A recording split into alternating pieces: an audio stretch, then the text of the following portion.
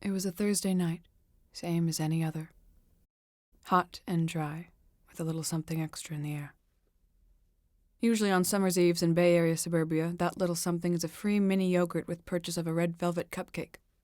Or maybe a pop-up adults-only bluegrass festival in one of the several random parks dotted about town. This night, however, would prove to be different. I, a bleary-eyed high schooler, was at home, resting, allegedly at ease after a trying breakup with my first serious boyfriend. My mother had told me from the beginning that things would not work out between us. I was too good for him, she said. Me, being the mature, calm, and rational post-pubescent I was, hated her for this. She didn't know me. I was terrible. And so was he. We were perfect. But we were over, and I had grieved, and I was busy feverishly psyching myself up for the inevitable rebound. Any day now. I think on this night I had finally gotten to a point where I thought I was going to be okay.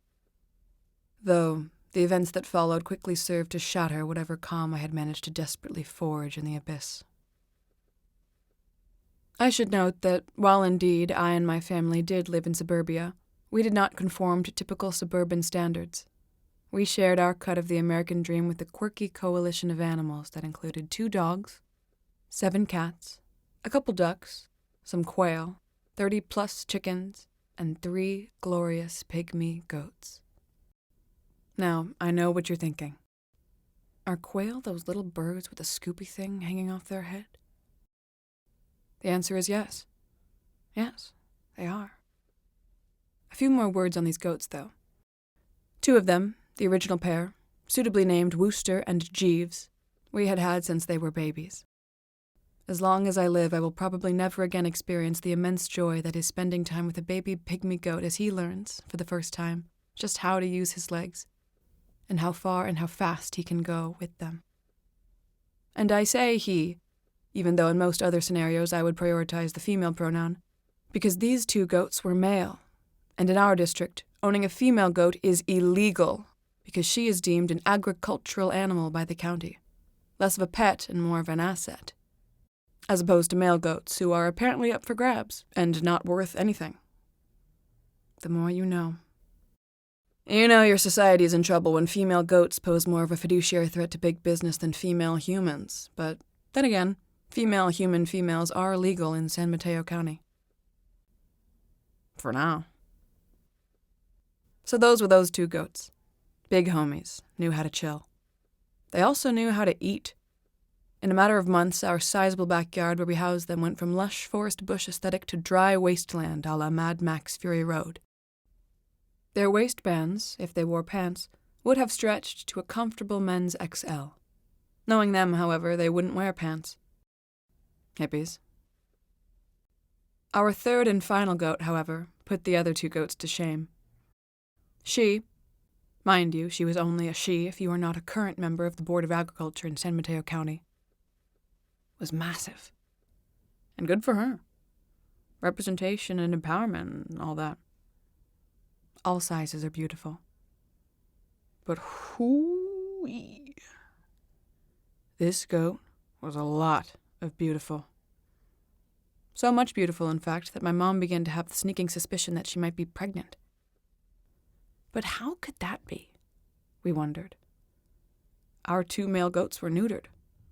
What other goat is sneaking into our backyard to get busy? Or, back to female empowerment, maybe our goat is taking it upon herself to get a good lay-in. But where? Definitely not in suburbia. We had the only goats on the block, and for several blocks. Maybe she took Caltrain? The ideas got increasingly preposterous, and my father and I wrote off any notion of her as an expectant mother. Until the aforementioned Thursday night, same as any other. Hot and dry, with a little something extra in the air. I was just about to doze off. It had to have been at least 11 p.m., and I was spent after a day of trying to figure out just who the hell I thought I was, and I had only finally begun to close my eyes when I heard a very loud, strange, guttural ejection coming from our backyard.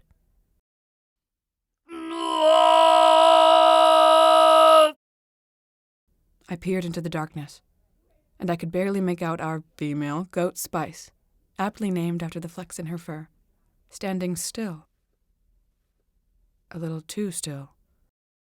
I blearily stumbled out of my room and almost ran into my mother, blindly sprinting outside into the night with an armful of what looked to be goat birthing supplies, screaming, "I told you! I told all of you!" My father and I grabbed some towels and a bucket of water and followed in hot pursuit. And sure enough, there she was, Spice, in all her glory, screaming to the world. As gently, gracefully, a baby goat plopped out of her and onto the grassy floor. My mother, being the mother that she is, scooped up the kid, made sure it could breathe, and checked its other vital signs. My father and I helped by not shitting our pants.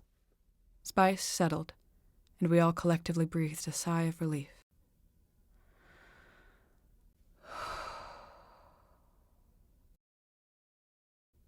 And then,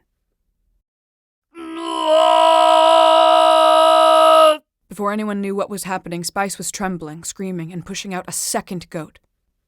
All this time, our enormous goat mama had been pregnant with twins. Was it Caltrain? Was it immaculate goatception? The world may never know. But before long, the second twin was born without any complications, and Spice gazed adoringly upon her beloved. She bent down and proceeded to lick them clean, a boy and a girl. We called them Salt and Pepper. And they seasoned my life and my family's lives with joy and excitement. And many years later, after a long and wonderful life, they would be seasoned by our gardener, who would go on to roast them on a spit for his family. It's not every day you witness the miracle of birth in your backyard. In fact, for me, it's only been that one day. That one night, when I realized two things. One, at any time, at any moment, life can change forever. And two, my mother is always right.